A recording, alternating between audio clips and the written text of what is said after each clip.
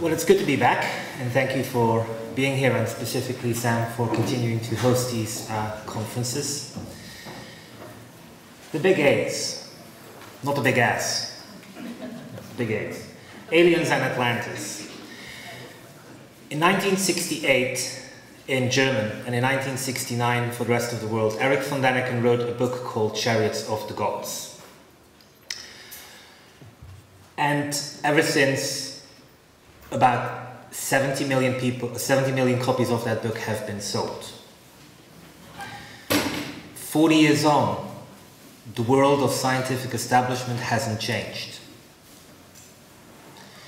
But something interesting has been happening over the last few years, and it is because the people have been taking science into their own hands. They are no longer relying solely on a few people who are saying something for them. They have to begin to take an active interest. And for those of you who are familiar with the scenes of Ancient Aliens, which is running on the History Channel, that is something which really has illustrated the fact that we are approaching history from a new perspective, from a new light. We are willing to go out there. Ancient Aliens in America is currently preparing its 5th series, which will mean that it is the longest series running on the History Channel. At the end of season 2, each episode of Ancient Aliens was seen by more than 100 million people in the world. Season 3 is more popular in America than season 2, so it is expected that this is going to go up to about 150 to 200 million people across the world. The reason for that is that the format of Ancient Aliens is different from anything else which is out there in television land. Mostly it is side A says something, side B says that side A is completely wrong, and the viewer is left disappointed with nothing to know whatsoever. The approach of Ancient Aliens is different. It basically tells you, here's a bit of information, now you go out and weigh whether this is sufficient for you to be classified and qualified as evidence or not. And this is slowly beginning to bring about a change in people's perspective on some of the big questions. Atlantis, of course, is something which has been around for far longer.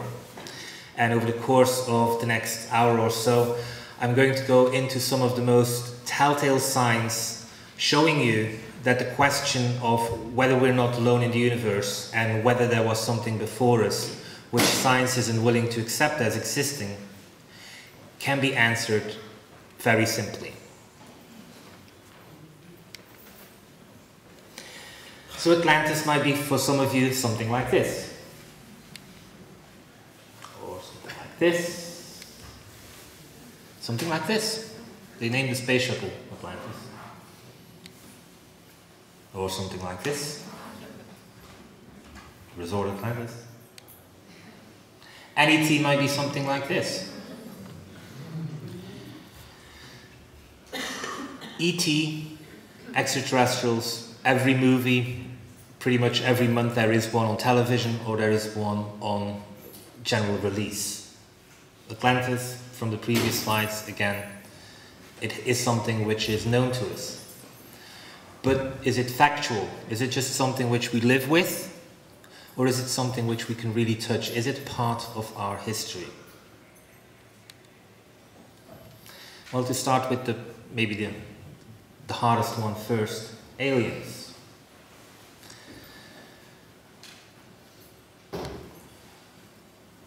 This object has become the billboard of really research into ancient aliens. It is the pin of the legendary times. It is something which was featured in the 1st season of Ancient Aliens. This is an object which you find in numerous museums across the world. It is said to be, according to the official establishment historians, a bee, an insect. There is not a single insect, however, which has the wings at the bottom. If this was a bee or an insect, this thing would be up there. Which therefore means that the official historians and archaeologists have said that our ancestors weren't that clever because they couldn't put this thing correctly on there.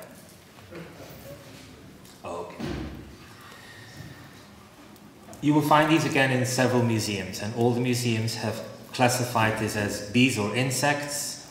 One or two have gone as far as to say that this might be a reproduction of a toy used by children, kind of like, you know, throw them in the air and it flies.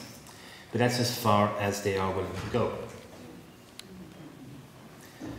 These two men, Albert Einbaum on the left and Peter Belting on the right, however, went further. And they reproduced accurately, model-wise, what they had seen in the museums.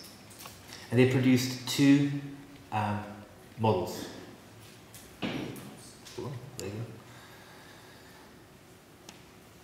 First of all, they produced a model which had a propeller. And then they produced a model which didn't have a propeller, because this one does not have a propeller. So how would it go into the air? Well, there's a delay. Okay. Modern planes either have jet engines here, or for some reason Fokker has them here, and then some have McDonnell Douglas still has them up there as a third one as well. This object has none of them. The only place where they could position an engine was here. And as you know, there is not a single plane in the sky which flies like that. So when they began to develop this, because they wanted to be accurate to what was seen in the museums, nobody could tell them whether this thing was ever going to fly.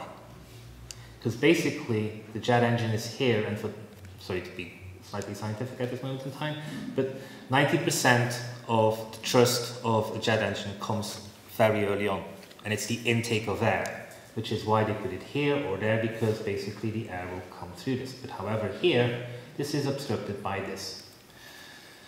It was not meant to fly.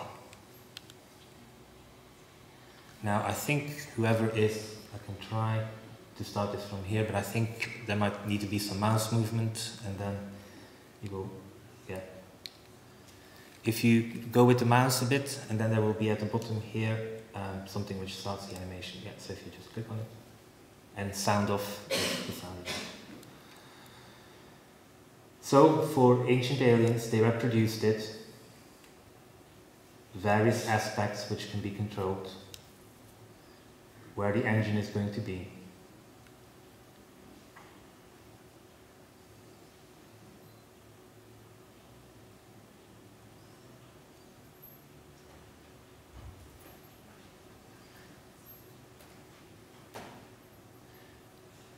Peter Belting has called this the Gold Flyer. And these are the two, once again. One's absolutely accurate, one with a propeller. And so he's going to fly both.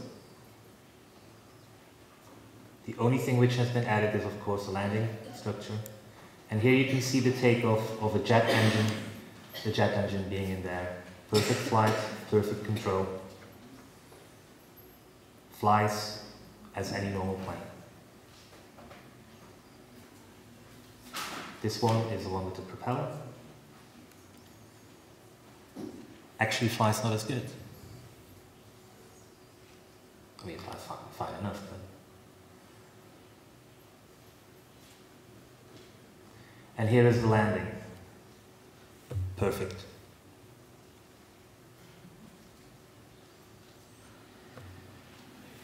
Practical experimentation showing that these objects are perfectly able to be flown without any modification whatsoever. They started doing this in the early 1990s. And since they have been doing it, since they have gone public with this in roughly 1995, not a single scientist has been shown any interest whatsoever. We continue to live today in an environment where science basically says that these are bees. When the travel network in America approached the Chicago Field Museum for basically access, because they were doing a series about treasures in museums. And they wanted to test the gold flyer of the Chicago Field Museum and do a documentary about this, pretty much what like Peter Belting and Elgin Engbaum had done. The Chicago Field Museum said, no, we are not interested, we know that these are bees, please go away. The Chicago Field Museum gets money from the government, from taxpayers, yet somehow we have created a situation whereby they can decide access as to what is controllable and what isn't. It is not the right situation. This is a photograph from the 1940s from China. And what you see here is a royal couple,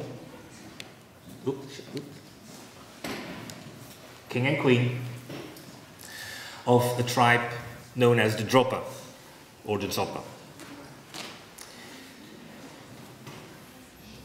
For a very long period of time it was felt that this story was absolutely fictitious.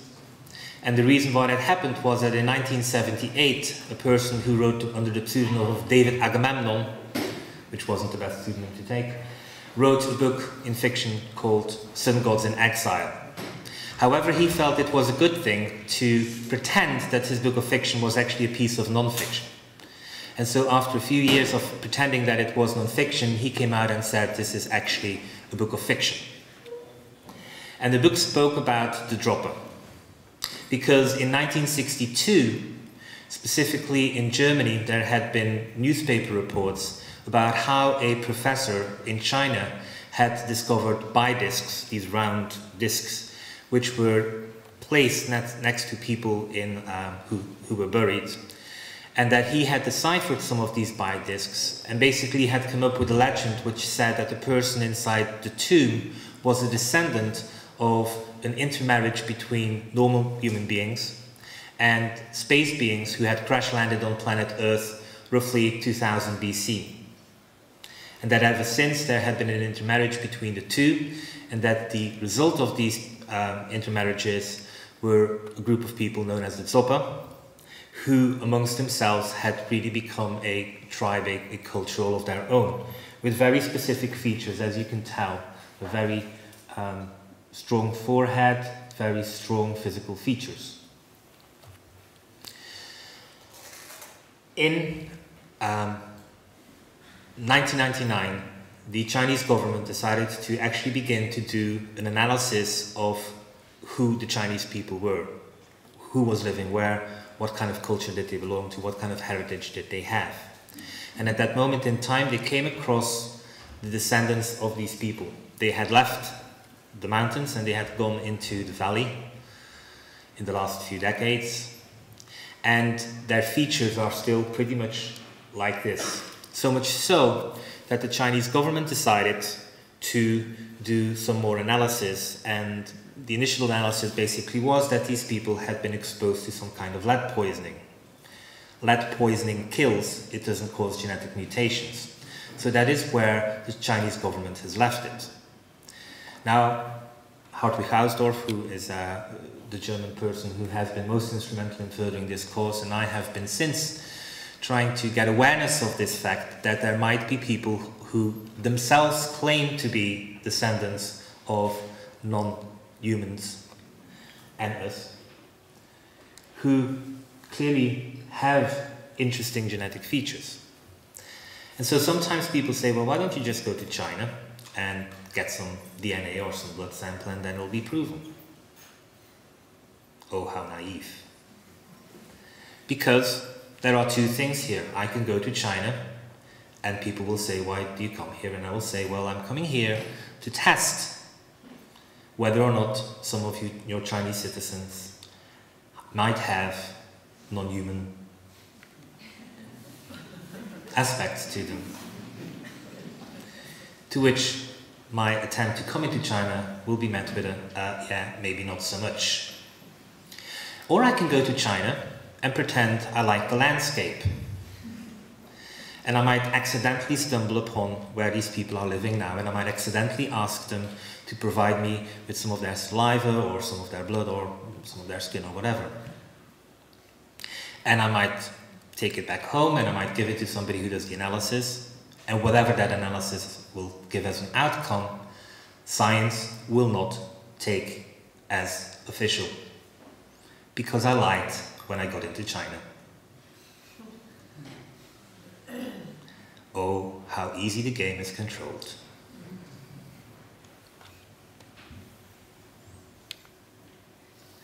This is something known as a chi fetish, brought back to the British Museum by Mitchell Hedges, known of the Mitchell Hedges skull.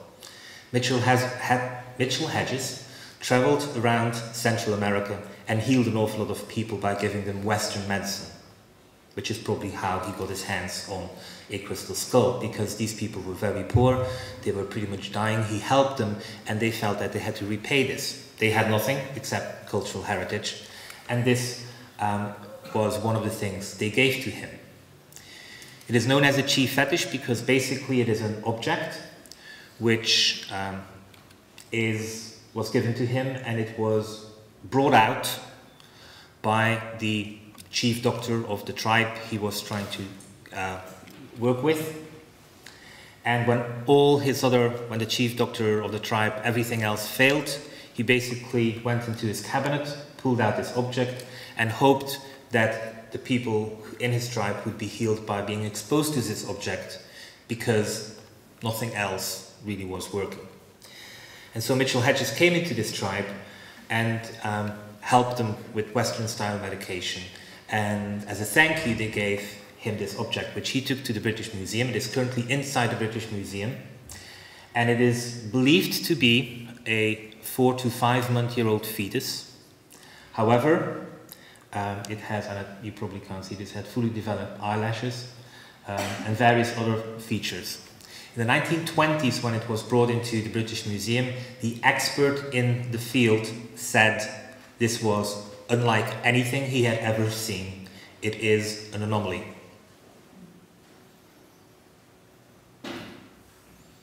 The British Museum says they are absolutely not interested in this object. When I think it's a National Geographic production company, Wagdog, tried to get access to the British Museum to do the documentary. Do I need to continue? We can't like figure what the British Museum is going to say. They said, yeah, maybe not so much. Thank you. They said, by the way, that they didn't want to because everybody knows that this is not real. When their own scientist in 1920, when he took possession of this object, said it was absolutely unique and he had not seen anything like it ever.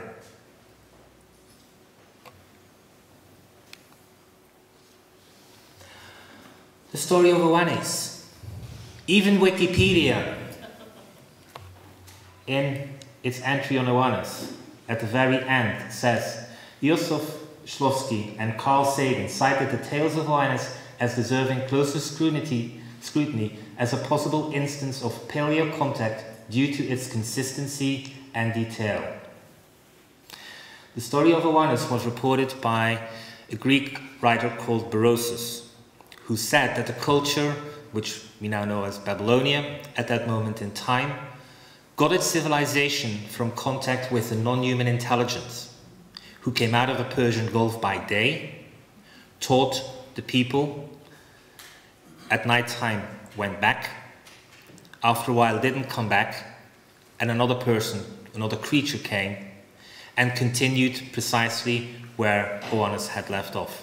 This went on for a period of 7 of these people who brought them civilization, who taught them about mathematics, about geometry, the various sciences. Carl Sagan was a hard nut to crack. He didn't believe in things lightly. Things like crop circles, for example, he resisted out of hand, saying, this is all bullshit, this doesn't happen. For him, to say that Oannes deserves closer scrutiny as a possible instance of paleo contact due to its consistency and detail in the 1970s means a lot. Since the 1970s, guess how many people have done anything with this in scientific circles? If you're thinking of a number, make it lower than 1.